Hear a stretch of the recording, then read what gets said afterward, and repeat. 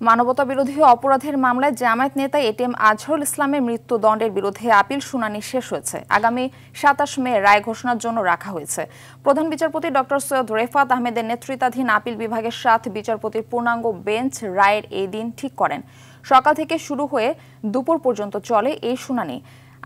আসামি পক্ষে শুনানি করেন আইনজীবী শিশির মনির। আন্তর্জাতিক অপরাধ ট্রাইব্যুনালের পক্ষে ছিলেন প্রসিকিউটর গাজী এম.এইচ. তামিম।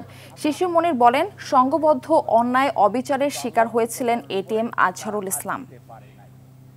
এই কারণেই আজকে আদালতের সামনে আমরা আশা করি আগামী ২৭ তারিখ যে রায় হবে, বাংলাদেশের বিচার বিভাগের ইতিহাসে নতুন ইতিহাস রচিত হবে। এর মধ্য দিয়ে বিচার বিভাগীয় কলঙ্ক কিছুটা হলেও দূর হবে। যে জুলুমতন্ত্র কায়েম করা হয়েছিল, এই রায়ের মাধ্যমে জুলুমতন্ত্রের কিছুটা হলেও অবসান হবে।